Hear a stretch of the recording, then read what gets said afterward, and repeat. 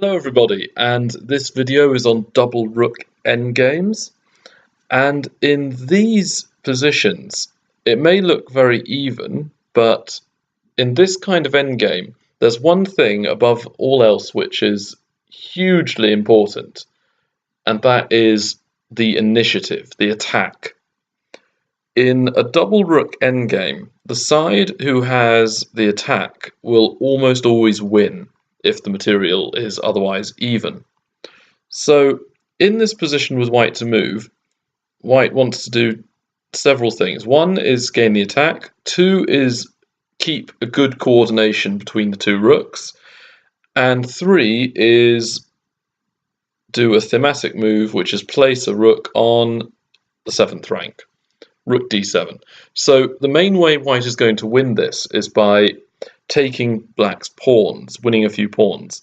So the easiest way is to force black to become very passive and just keep creating more and more threats against his pieces.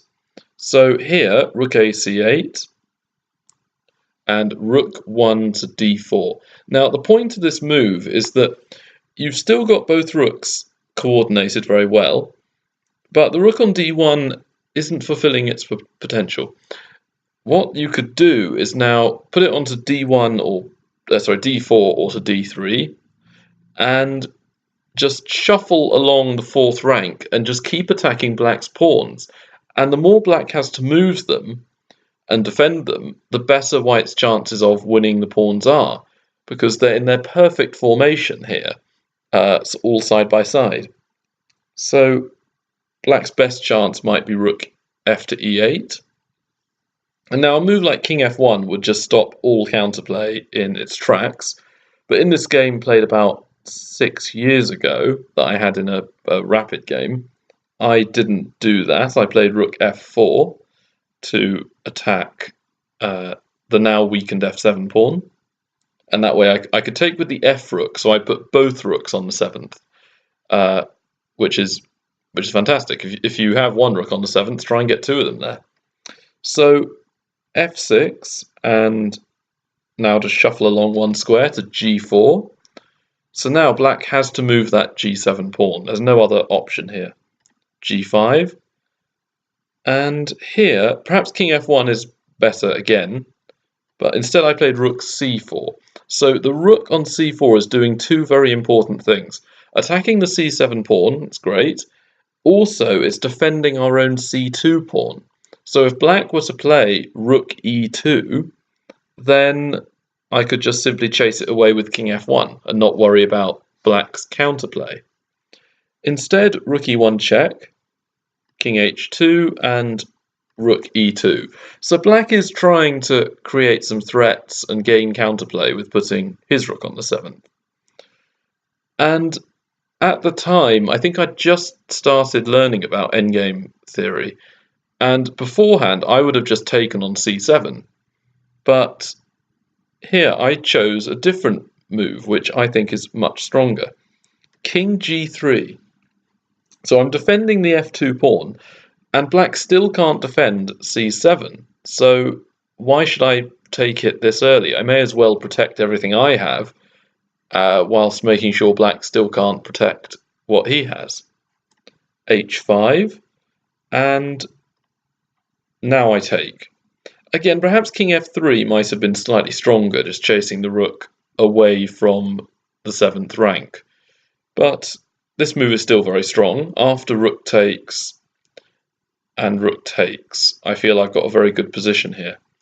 What should be noted is if the rook moves away to, say, e8, then I could just simply take more and more pawns on the queen side, as well as playing rook g7 check, and perhaps winning a few pawns by checking and then taking the pawns on the king side, and leaving the rook on c7 to guard the c2 pawn, so black can't take any of my pawns.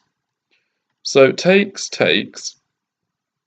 and I'm just going to continue on with a few more moves, because even though we've gone out of the double rook endgame, everything that follows here is possible because of how I used the two rooks and coordinated them. After king f8, king f3, rook d2, and now king e3. So my king is nice and active, centralized, and the black rook is forced back to d6, where it's far less useful. And now all I have to do is take rook a6, and I don't need to do anything rash, just defend the pawn. Rook check, king f3, so I'm preventing any more checks. Rook c6, and now I decide to just trade off pawns, giving myself two connected passed pawns. So this position is fairly easy. Again, both in double rook endgames and single rook endgames, you don't need to rush the whole time. You can just play a building up move, consolidating move. And here I played rook b7, just defending the b2 pawn, and also clearing the path for the a3 pawn to just scurry up the board and promote. So here I did go on to win this endgame. So yeah, what I want you to take away from this game is, if we go back to the starting position, is keep your rooks coordinated, put a rook on the 7th, and what often happens is one side is very strong and aggressive, the other side is very, very passive. And I like that, keeping the enemy rooks passive.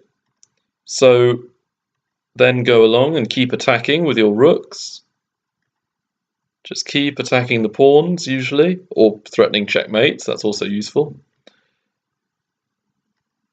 And eventually your opponent will be forced to give ground somewhere, either by giving up material or by allowing you to increase the power of your own rooks, perhaps by letting me put another rook on the 7th.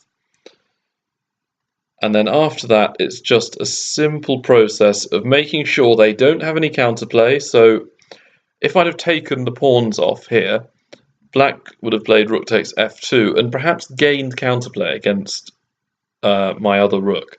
So just limit their chances. And after that, the win should be fairly straightforward. So, for example, here, rook e7 is a move, but seeing as white's already a pawn up, white could just trade rooks and then win the endgame. But that may be preferable due to white going 2 pawns up and winning. So bear that in mind when you reach a double rook endgame. Anyway, I hope you enjoyed this video. Comment, like, subscribe, and I'll see you next time. Bye.